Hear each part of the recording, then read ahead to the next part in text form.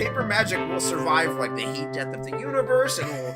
Oh, it's a smuggler's copter. Would you like to crew this? And then it crashes because they don't understand arithmetic. All your cards belong to me. 2 minutes into macing him in the eyeballs, I switched to pepper spray. He's like, it's all right, refreshing. And went back to the mace. Magic is dying. I'm done. Selling everything. I might be a hoarder. And yes, I don't have the crayons or glue to explain this to you right now. What, are you gonna die twice? Oil will be worthless before magic cards will. well, okay, Dr. Man. That's Mr. Dr. Professor Jason. Hello, everybody. Welcome back to Brainstorm Brewery. I want to start this week off with a little bit of information. We're all about being educational here. Did you know? Brainstorm Brewery did not end at episode 500 like I promised. It's true, Jason lied. Also, 99% of the cards that are legal in vintage are under 50 cents. Did you all know this? Yes. Now, what percentage of the cards playable in vintage? Whoa, that's not how we use statistics on this podcast, Jason. Anyway, I'm just summing up the last week of Magic. It's what we do in the finance subreddit. I'm paraphrasing the last week of discourse on Magic, Twitter and Reddit. However, it's some interesting stuff that we'll talk about, some stats, because, hey, as meaningless as they are, stats are always fun.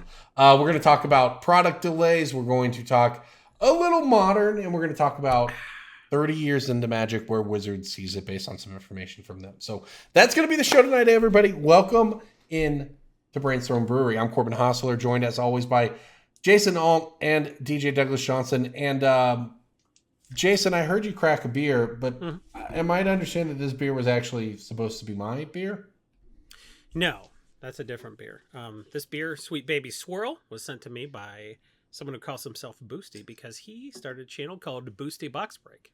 Would you like me to read his letter that accompanied this beer? I do like Boosties. Last year, I started a YouTube channel called Boostie Box Break, where I post MTG unboxing videos sped up with no commentary, just card prices and chill music that I can get into. I know you give shout outs when someone sends beer, and I saw these on the way back from Richmond. Hope you enjoy. Boostie, sorry you got COVID in Richmond, statistically. But he sent me Sweet Baby Swirl from the Dew Claw Brewing Company in Baltimore, a chocolate peanut butter white stout, which is a formidable 6.2% ABV. Chocolate peanut butter white. That is a lot of words. Boostie Box Break. Those are the words to remember. No commentary, just chill music and card prices when he Lo-fi videos to yeah. open boosters to. Hey man, I'm into it.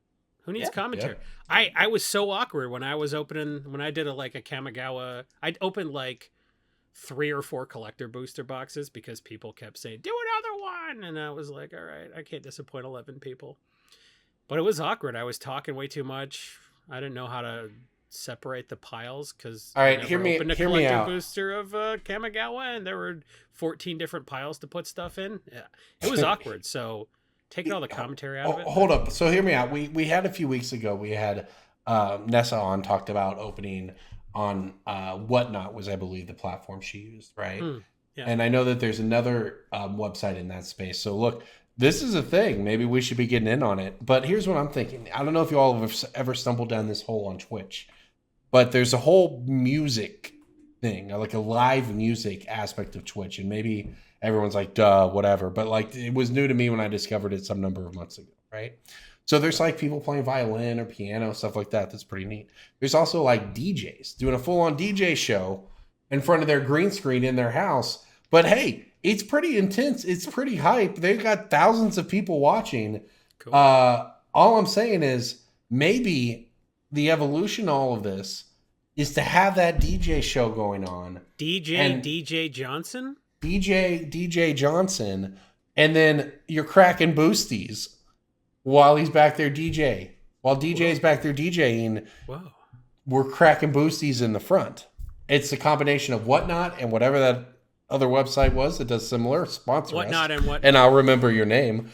And Twitch. We're combining all the right things. I think it could take off. This is maybe my new endeavor on the internet. You are 20 years too late to make that "are you gonna be a DJ" joke. Cracking boosties in a hot tub. Ooh. Okay, I've done that. TBH. They don't... The cards, Jason, they're not waterproof. And Yeah, I learned but that when I opened up. they're worth less than 50 cents anyway. Yeah, I opened up Boosties in a hot tub to test that. I wanted to. The drinks were involved. The packaging was quite waterproof though, so props to that. Yeah, I did some hot tub related science myself, and it turns out that my ex-girlfriend can hold her breath for 3.5 minutes, but after that, I need a new girlfriend. I thought you were going to make a wholesome hot tub time machine joke, to be honest. There were just so many directions you could have gone. I was like, hot tub science, tell me more about this dad com. And then like... Hey, nah. Speaking of, I do love hot tub time machine. Why? Because it's funny. It's funny that... I bet you've only seen Hot Tub Time Machine 2, and that's what you mean when you say Hot Tub Time Machine. You only saw the sequel and you watched it on a plane. And I've seen both, and I did watch the second one on a plane. I probably watched the first one on a plane, too.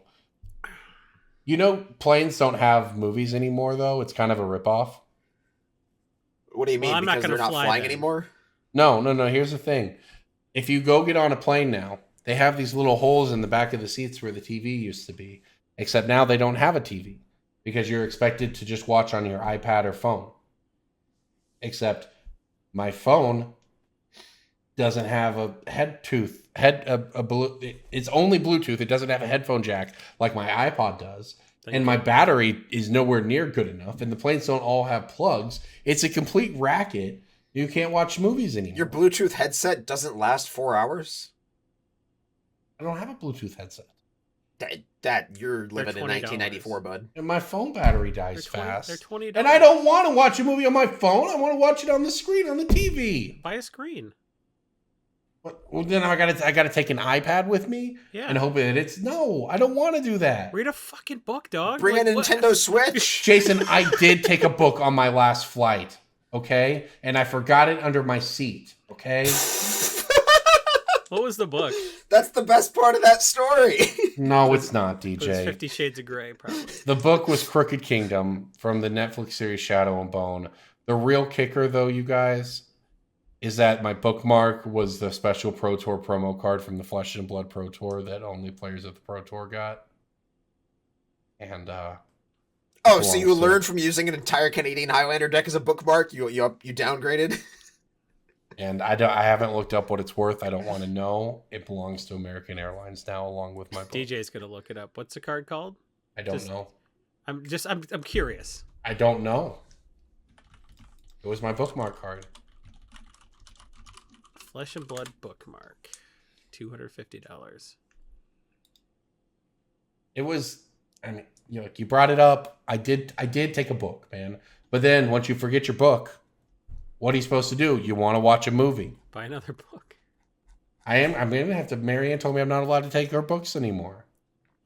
Yeah, like Jason said, this was the numbers that have gone around. So what's interesting is a few things when we talk about the Magic cards in existence. There's more than ever before because they have printed more in 2022 or on track to than they have ever before. They printed more in 2021 than they have ever before. They printed more in 2020 than they have ever before. And the result of all of these things is, according to Scryfall data, 77% of all cards are under 50%. 50% of $1? Is that what you're Sorry, I was reading. 77% of all cards are under 50 cents. So, I mean, look, on the one hand, that's cheap, right? That's great. We talk about how people, it's almost a meme, right? People want every card to be 50 cents. Well, hey, 77% of them are. On the other hand, 99% of cards are under $50, which is starting to be more useful. So when people talk about Magic being unaffordable, it is just, I mean, it just has to, it's always been made clear by us and stressed, but it has to be made abundantly clear that means competitive tournament Magic is unaffordable. Commander's doing just fine.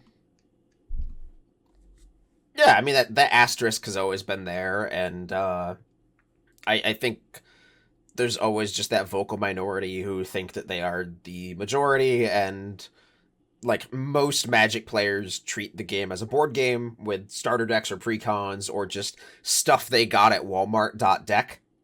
And those players have not and will never look up a card price. They just have their rubber banded decks to get up on the shelf next to Catan and Smash Up, and they will dig out the decks on a weekly board game night sometimes they won't.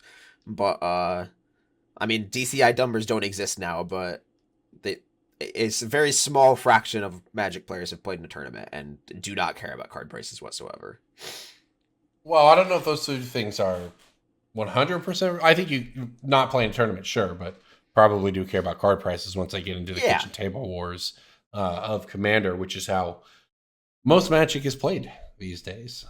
Right, and like the green-white tokens player who's playing unsleeved and buying privileged position, like they don't care that it's $4 or $6 or $8. They only care once it reaches a certain like psychological price barrier threshold.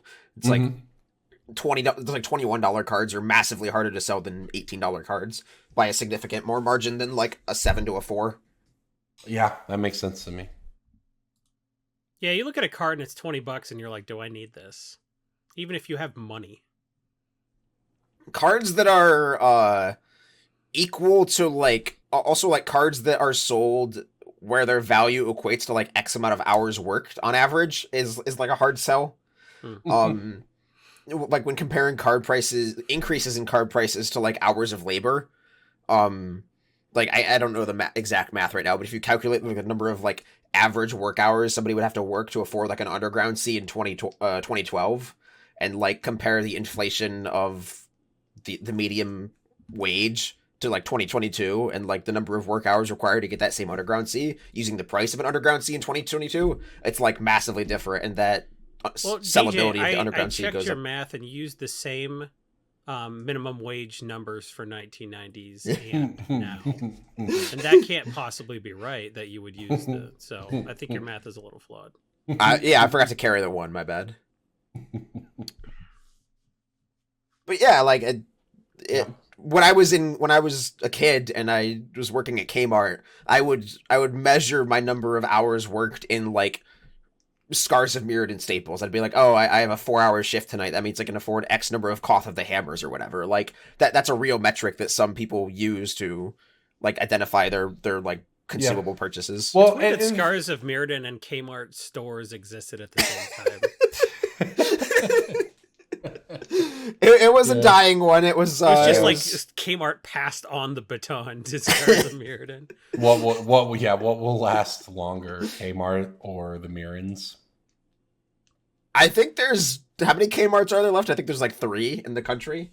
There might be one. I'm not sure. 1 or 2. There's one in Alaska across the street from the last Blockbuster. Yeah. Well, that's probably not the worst idea, right? If you got there's 9 left. There's like 9 left right now, according to Google. How is there not a reality show about this? Yeah, you get a Kmart, a Sears, a Blockbuster, whatever else I'm forgetting. You make one little street of them. The Hudson River Trading Company, didn't they get bought by Macy's or something? No clue, man. I just want a reality show where like the managers of these 9 last Kmarts have to fight to the death, and like the last Kmart existing, the manager gets like $2 million to fuck off with. Like that's there a would good be show. Lots of interesting shows you could build around having 9 Kmarts left, right? I think so. Or at least a Netflix documentary, maybe a limited series. Come on.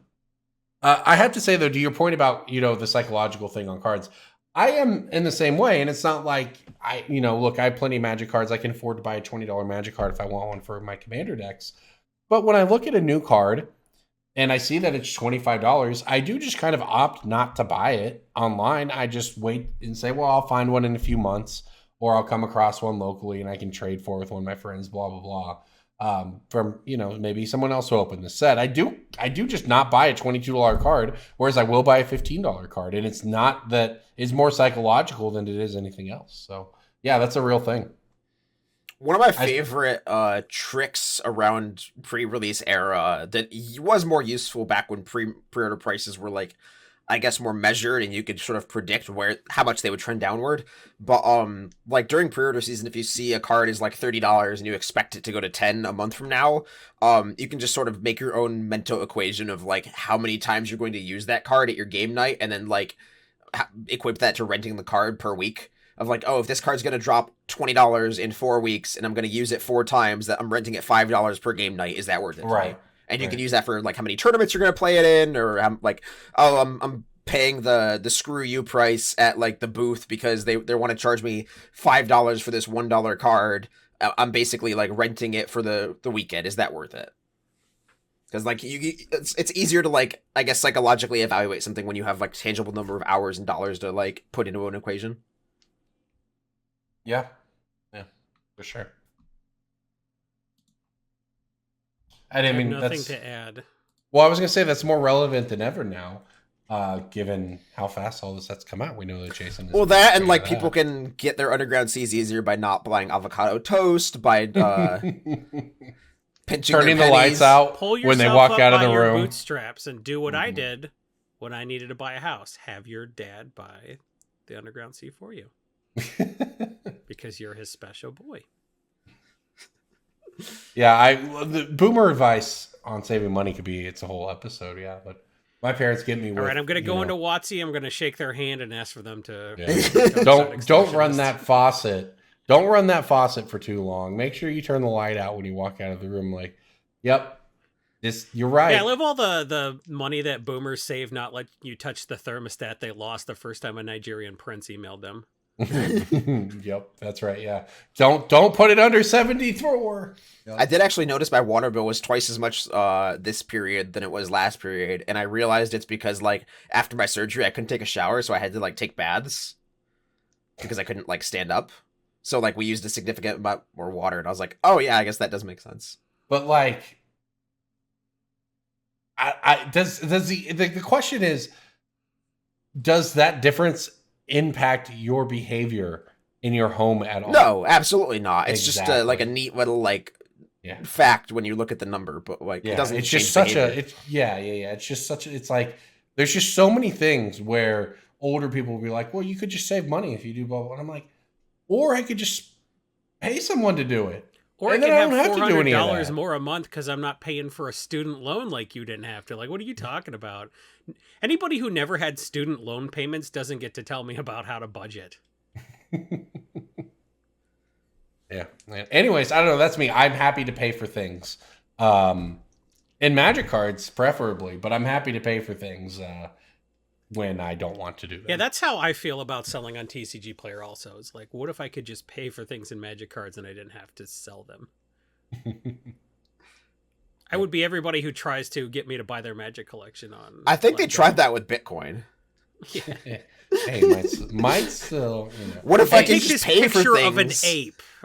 Well, look, we all know the easiest way to pay for whatever you're looking here is essentially to do it in near bulk, commons and uncommons, and that's why it's time for breaking bulk.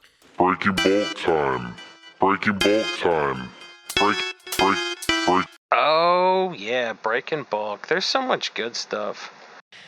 It's a pick. Breaking bulk. The end.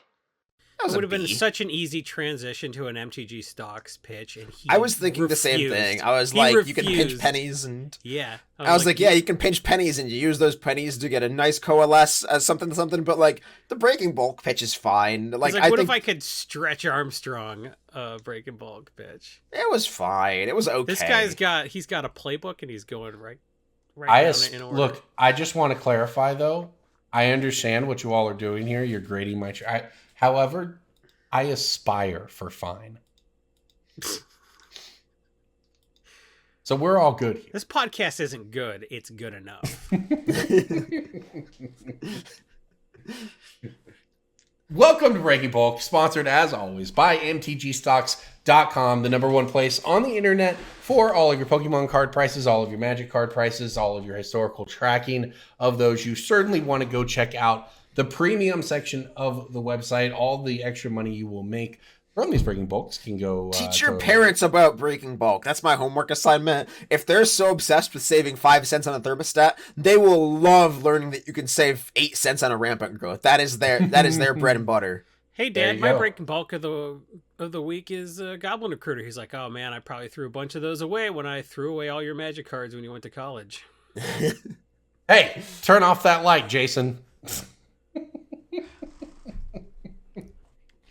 Save every penny. Also, I bought an RV. That's a real story. I have a plane shift common. I bet that you has been do. reprinted like a million times. I Is bet you do. Plane shift or plane chase? Plane shift. That's the swirly circle. Correct. Is it a familiar? No. Is it a creature at all?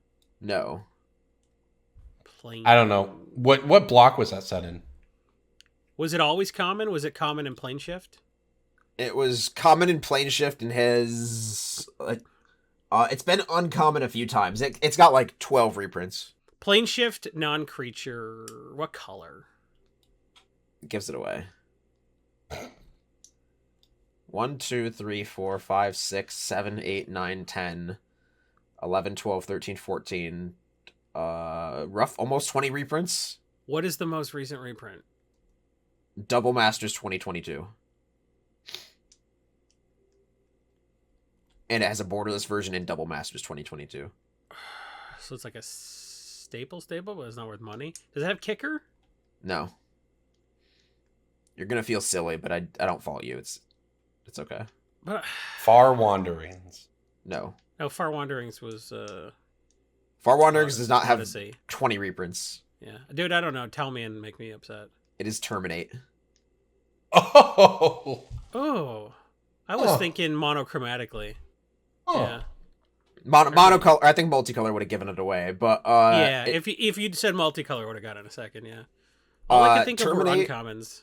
Terminate has been reprinted close to 1 billion times, but it continues to be worth picking. One in a red, destroy target creature, cannot be regenerated. Black and red. Black and red. Yes, black and red. This card's peak was $4 back in 2015, and everybody lost their Modern collective- staple. Yeah. Was it? Yeah. Well, it was an extended staple when that was a thing, right? Before modern.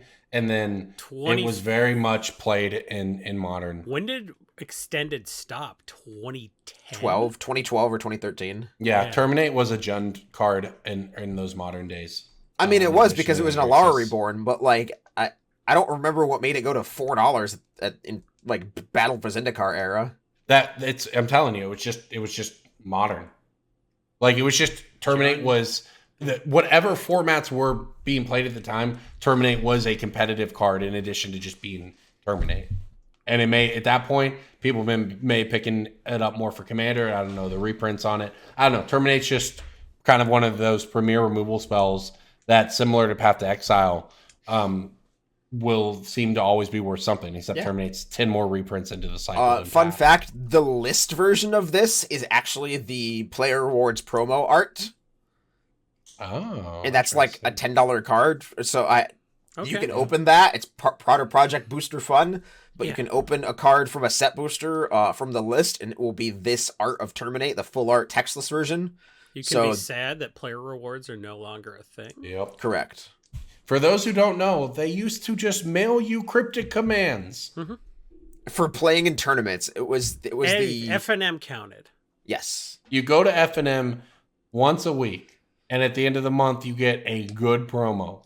Like, the Terminates were like if you went to 4 F&Ms in a 3-month period or whatever. Well, there was And like then there it's was like there if was you a went to foil 6, you get and the then some cryptic non-foil. command. So you'd get a package that had like a foil Texas full art damnation, and then Yep. you'd get a smaller package that had like Serum Vision and Recollect Bituminous and Blast, Terminate, stuff like etc. that. Yeah. I wonder what the like loss rate. Like, I wonder how much money they had to burn on that. Like, and They what did the- spend money because they did it internally. I'm not even completely just like faulting them on it as so much as just saying this was a cool thing that used to exist, because they did have to burn money on it. They ran it all themselves for fulfillment.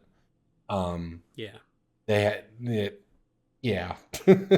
Now you can talk about how that was one of them stopping doing that was basically one of the early salvos in the Amazon versus LGS war or whatever. It's just Yeah. one of those perks that tied When Wizards we were to getting your F&M LGS. It promos, disappeared. You would go to FNM and pay $5 for FNM, and we would get a booster pack, and then we would win an FNM promo if we like went X and 1, and then we would get points that counted toward player rewards. Like Mhm. we did not know how good we had it. All right. Okay. Well, I'm gonna come in here. This is a previously banned set, now off the ban list. I have an Eventide Black Uncommon. Raven's Crime? That's common. Beseech the Queen? Shadowmoor. Shadowmoor. Raven's Crime is common, and no, that's not it. Okay. Eventide Black uncommon? Uh-huh. Oh, is it Blowfly Infestation? That's or also was that Shadowmoor. Morningtide? That's Shadowmoor. Jesus, a block. It all runs together. Soul Eventide- Snuffers? Wow. Nice call, DJ. It is Soul Snuffers. So Is you all that a- didn't say Crumbling Ashes, which is the $5 uncommon out of the set, Yeah. which is the it's with the beginning of your upkeep, destroy target creature with a -1 counter on it. It's part of that whole green-black counter Sapatra spikes back in the day. But So yeah, is Soul Snuffer. Yeah, Soul Stuffers. Soul Snuffers is $1.50 uncommon. It's a 4-drop 3/3. When it comes into play, put a -1 counter on each creature. Yeah, $1.50. It's a good piece of bulk. Nice. I don't think mean, this one's in a been set reprinted either. that- It's one of those very Yeah. few cards that just has 0 reprints. Yeah, like in a think. set with a lot of value cards and sort of notable uncommons. I mean, we're talking, this is a set with Quill Spike, which, was a combo piece for a long time. Gilder Baron, Flicker Wisp, the Hedge Mage. Excuse me. There were a lot of good uncommons in this set, and yet, yeah, Soul Stuffers is the 3rd most expensive uncommon right now. That's what you learn when you pick this set. I haven't picked this set in a while, but I have picked Odyssey. Would you like to name the blue uncommon that has been selling out on sites like Card Kingdom after they printed Oscar Rubbish Reclaimer? It is now up to $1. I have no idea what Oscar Rubbish Reclaimer is, but He's a guy named Oscar who lives in a trash can. It's a totally brand new idea Wizards came up with. Secret Lair win. My name isn't Hermione von Strixhaven. Secret Lair, half the proceeds going to charity, the rest going to Wizards. Corporate I'm going to guess profits win. Chamber of Manipulation? That's a bad guess. I mean, Rubbish Reclaimer artifact related? Is that? It's absolutely Chamber of Manipulation. Okay. It was a bad guess because you didn't know. Yeah, Chamber of Manipulation. Oscar says when you discard a card, you can play it from your graveyard. And Chamber of Manipulation says discard a card, gain control of target creature until end of turn. It gives the ability to a land, which is neat. Correct. Yeah, that You is have to cool. enchant a land. And then This is you one of those steal cards that creatures. you can post on Twitter and get 400 likes because no one's ever heard of it. Oh, yeah, you just be like, what the what? I can't believe this card exists. Let's not make fun of people specifically. It's a subgenre of Twitter. There's like 8 people who just started playing in the past 2 years, and No, you can not post even like Anderson does this. Everyone does this. yeah. All right, if you say so. I feel bad. Picking on people who are just excited about, It's not picking on them. JJ cut this part. But It's the good part of Magic Twitter. I guess. That's the good part of Magic Twitter is when somebody freaks out about a card that everyone else has heard of. It's I fun. wish I could get 400 likes for being really smart at Magic. All right, before we go on, I do want to give a shout out, by the way. Friend of the cast, Rhystic Studies, Sam on YouTube. Definitely go check out the channel. I think, in my opinion, it's probably the best Magic content channel out there, just in terms of,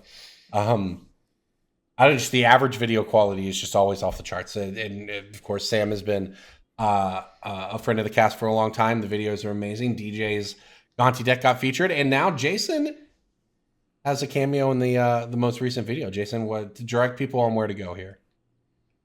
Oh, it's the Lies of New Capenna video that just went up this week on the Rhystic Studies YouTube channel. Check it out. I'm not going to tell you what point I'm in the video. I don't want you fast forwarding. Watch the whole thing. I don't think anybody's ever fast forwarded through a Rhystic Studies video. None of you started watching one, right? Like, Yeah. anyways, go check it out. It is by far some of the best content out there on YouTube. So some other content we have to talk about, by the way, is your favorite thing we talk about on this podcast, which is the business of Magic the Gathering.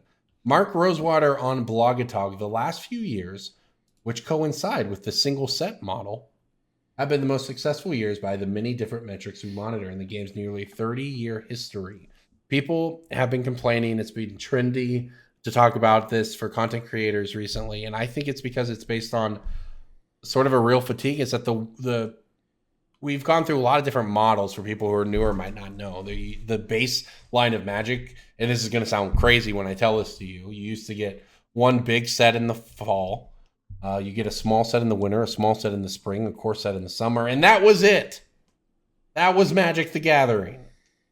And of course that had standard rotations, blah, blah, blah. Eventually they changed up rotation. They had a 2-set model where you'd have, instead of, a Return to Ravnica, Gatecrash,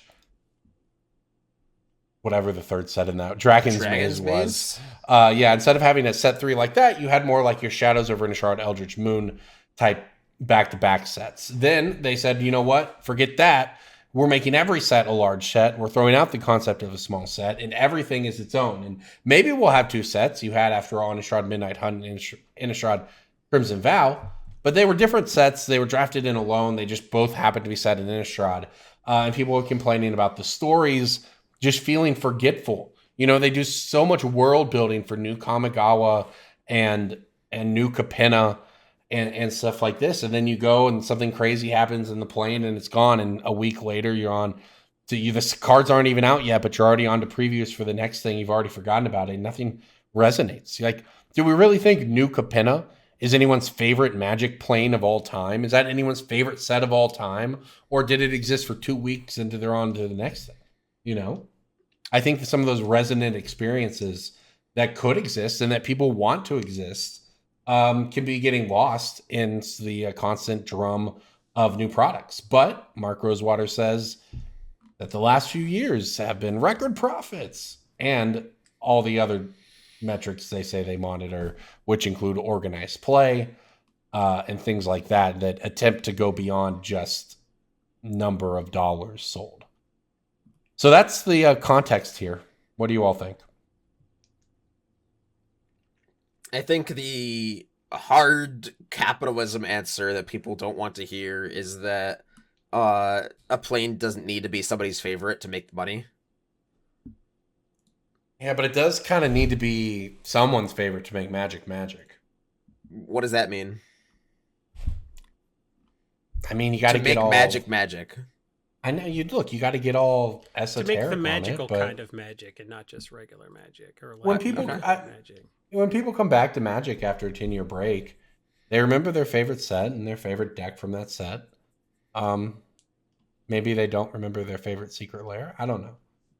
I like I said, I identify with the Jason's always been on about this. There's just so much. It's impossible to care about any individual thing. It's impossible to keep up with any individual thing. And I think that's basically kind of where these complaints that are now being aimed at the set model originate.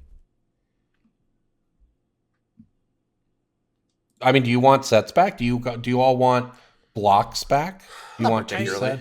I don't want there to be a preview every day. There's a preview every day, and I don't like it. We know where Jason stands on that. I think that's understandable from like your position, but I don't think that they should be expected to change their model because of the number of people in your position. Well, when you say I don't change think it's just them, me who's unhappy. Well, Because, yeah, like, and when the you say only change good the argument model, other this people is are the saying is change. like you can just not you can just not go on Twitter. You don't have to look. No one's making you look at previews. No, I understand that's a bad faith argument for people who have to do this as their job, but like, But for anybody, it's like, yeah, just like go lay in a dark closet and put your fingers in your ears, and you don't have to see Magic previews. Just stop using Magic Twitter. That thing you like, just the only source of dopamine in your whole life. Just quit that cold turkey because your entire feed's ruined. It is the base danger of the not every product is for you messaging that when they first trotted out that line a few years ago is the reason we're still quoting it. The community did not like to hear not every product is for you. But again, it's the vocal minority. It's like the people. Most Magic players don't care. They're buying it. They are going to Walmart. They're getting their new Capenna Precon, and they're going to Walmart the next day, and they're getting their Kamigawa Precon, and then like that's it. That's Magic. Or they buy Strixhaven and they go to Walmart 6 months later. They're like, "Ooh, there's a new set called New Capenna." Like, they don't realize they missed 40 sets. Exactly. That's exactly what care. It is. Yeah, that's fine. And I think that when it comes to the larger view here, like the non-sentimental view, I come down on your side and agree with you that you're absolutely right. All that matters is having something new to that casual big box customer. And it's not even, I don't even say that disparagingly, right? Like that's a large percentage of Magic sales, if not the majority. And even your friends who are Magic players may not keep up with every set, and they may update their Commander decks once every 3 months for when they get to have a Commander weekend with friends. Like there's lots of ranges of people between super casual kitchen table player and super hardcore Magic Twitter user who's engaged on everything all the time. There's lots of people who just, you put new stuff in front of them, and the stuff they like, cool.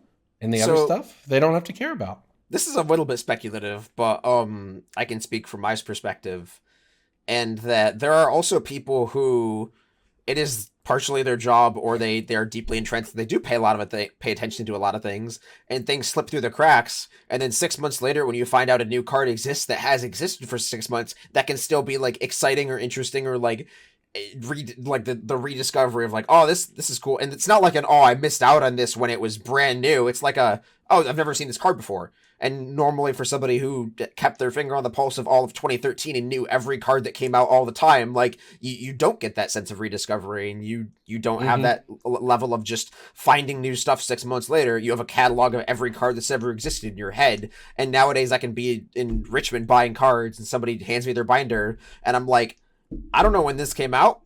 Could have been a month ago, could have been a year ago, but it's new. And like there's value in that at a Commander table of like, what does your Commander do? Yeah, I agree. 100%. I think that's what, like I said, the way that my friends and I described it to someone who was coming back recently was all the cards are broken and they're all pretty fun. So it's just, it is what it is. But I don't want to diminish the, that doesn't, all of that said, we're talking about it from a business perspective here. That doesn't mean that there isn't value in fleshing out and like their blocks, or we don't sure. have to have blocks I think to they could flesh out do their sets more. No, for sure. They can do a million better things with a Magic story. The Magic story could be so good. It could be like the Riot Games level of like character entrenchment and care, and like there could be so much more done with like, I mean, fingers still maybe copium crossed for the Netflix series, but like there's still so much room they have to work with for character design, and just making people care about the Planeswalkers, because that's like their core. But like the Magic Netflix series written by the guys who ruined Game of Thrones, or it was the Russo brothers who did Endgame. I don't know. It's all over the place. That's the point. They've been making the Magic movie for 15 years. They made the Floor is Lava episode of Community. I'm back in. Okay, great. Anyway, but like I do think it's just like a vocal minority that gets upset, and I'm not diminishing those players' feedback. Like the feedback of you are putting out too much stuff. Please turn the dial down. Like that is valid consumer feedback that they should take into account. But the only metrics they track is that's not one of their metrics. Or Mark Rosewater would have been like, all of our metrics we track, except how pissed off a lot of people are on Twitter, says that we're doing the right thing. They're making more money. I don't know how we're going to discourage them while still buying all the products. So I definitely have not discouraged them from making secret layers by buying the max allotment of multiple of them. Never purchased. So, if you want to vote with your wallet, fine, but like we kind of need new cards to keep playing. So I also want to give Wizards a little bit of credit while we are on the subject, not necessarily the story, but Stranger Things is pretty big right now, pretty popular in the world. Running Up That Hill by Kate Bush, if you don't know it, is the #1 song in the UK, something that it did not accomplish in its original run in the 1980s. That's a big deal. Stranger Things is huge all over the world. It's been a while since we had the Stranger Things Secret Lair. However, pretty prevalent in this season of Stranger Things are not just, they're playing D&D. It's really, really, really D&D heavy in a way that makes D&D look cool and appealing. And there they are, Magic with their D&D set out in a casual format way to play. They actually nailed it on this release, and I want to give them credit to that because we spent plenty of time criticizing the business side of Magic here, but that one's worked out for them. I got to give them. What else is there to do? We're a Magic Finance and Lifestyle podcast. Barely Magic. This episode has had more Magic than the past 5 combined, I think. It's had some Magic, and we'll hit you with a little bit more. Although, I'll say this: I moved into my new neighborhood. Okay, we're gonna get there in the end. You have to trust me here. I moved in my new neighborhood. It has an HOA, a homeowners association. We've talked in private. I don't know if we talked about in the cast how terrifying that is. Pretty scary. That costs money, and then they have power over your life. You got to get your fences approved. It's a whole thing. However, there's also a clubhouse open to neighborhood use, and it's pretty close to my house. So over the weekend, my first full weekend here, it turns out somebody was hosting a Warhammer tournament in the clubhouse. 30 people playing Warhammer in the neighborhood clubhouse. It was wild. I was like, this is crazy. Turns out a lot of them used to play at my LGS. It was a whole thing. And on that note, Warhammer Commander decks have been delayed until October 7th. You have a neighborhood clubhouse? I do. And a pool, and a park, and a pond. And a basketball court, and a tennis court. We got it all, buddy. But yes, you can rent it out for like $100 a day. This person they had 30 people there playing Warhammer. Ton of tables set up. Full bar they had set up. It was a whole thing. And now I'm just sitting here thinking maybe I should just be running like a 1K in my, out of my community space here in the neighborhood. Anyways, all of that is to say Warhammer decks have been delayed because we're here to bring you the most up-to-date news, like what's going on in my neighborhood HOA and when Warhammer Commander decks will be out. What do you want us to say about the Warhammer decks being delayed? Nothing. I just wanted you to hear about my story. That's longer we don't have Warhammer product out there, so I'm okay with the delay. I do think the Warhammer decks are a good thing. They are a net positive for the game, I think. Same with the Lord of the Rings set, all of that. Yeah, when I see something like Warhammer and some of the other ones, I'm like, yeah, whatever. But then I see Lord of the Rings and I'm very excited for it, which is like, well, someone else feels that way about Warhammer.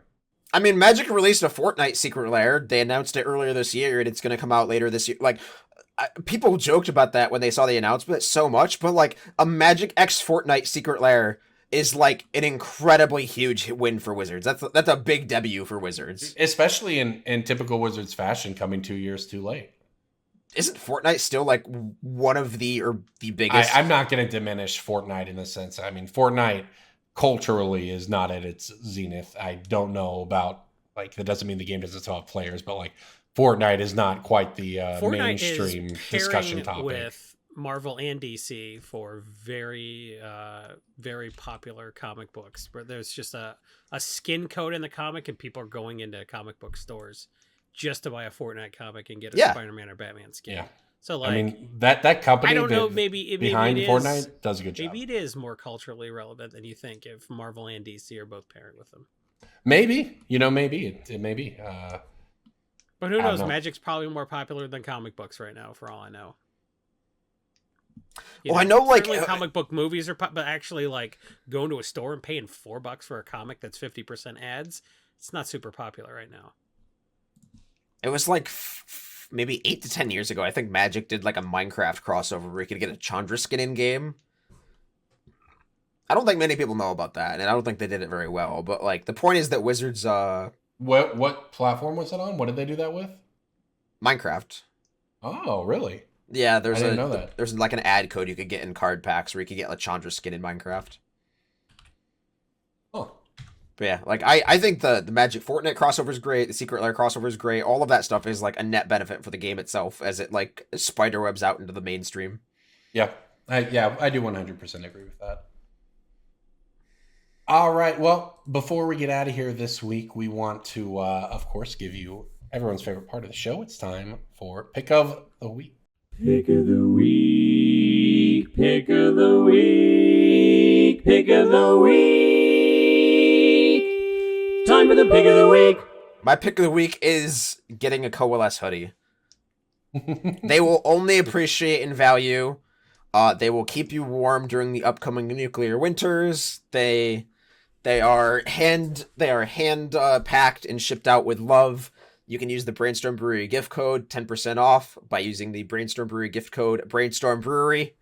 And You don't have to buy our merch. You can use our gift code Brainstorm Brewery to buy a Rhystic Studies hoodie to thank him for featuring me in a video, or a Casual Magic shirt to thank Shivam for being a great member of the community and a good friend. You can spread it around. It's true. One other note I have to add here, though.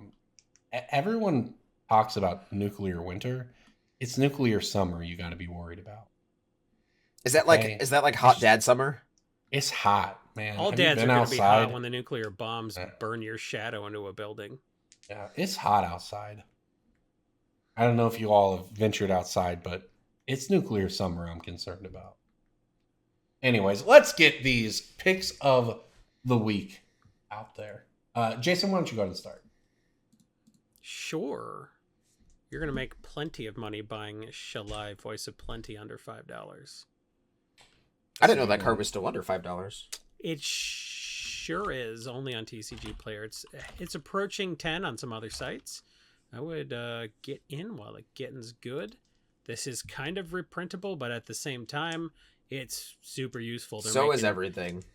Yeah. Yeah, 6 mana to put a 1/1 counter on each creature you control. All the stuff from is it Cabaretti? I don't know, the Naya. All the Naya stuff from New Capenna gives you a bunch of tokens. Shalai is super useful. Anybody building like Lazel Master Chef needs this card. I don't know. It's green white. That's the color of creature tokens. Get these. You know, I don't know what else to tell you other than this is a good card. Well, I'll follow up. I mean, speaking of creature tokens, I'm going to pick Court of Grace this week. It's one of those you become the Monarch cards. It's a like rare all at those courts, a Commander honestly. Legends. Yeah, and I think this one might be. I think it's probably the best one financially to pick up right now. I don't know. It's $4. Cunning, I think, is underpriced right now. Yeah, Court of Grace, 4 mana, white one. You become the Monarch. At the beginning of your upkeep, create a Spirit. If you're the Monarch, create a 4/4 flying token instead. I mean, in the world of Divine Visitation,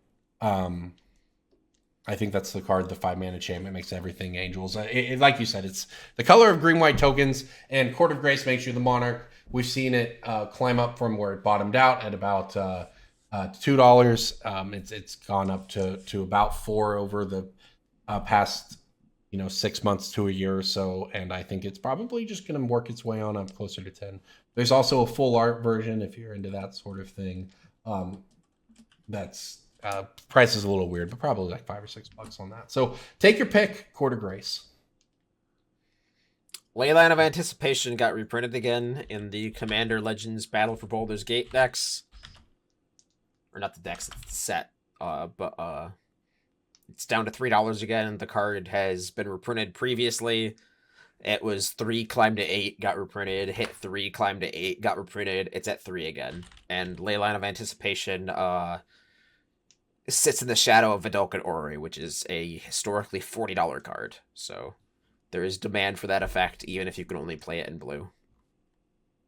I'm with you. I didn't realize Leyline. I guess that was one of the reprints that I hadn't caught. That's perfect. When Double one to Masters call out.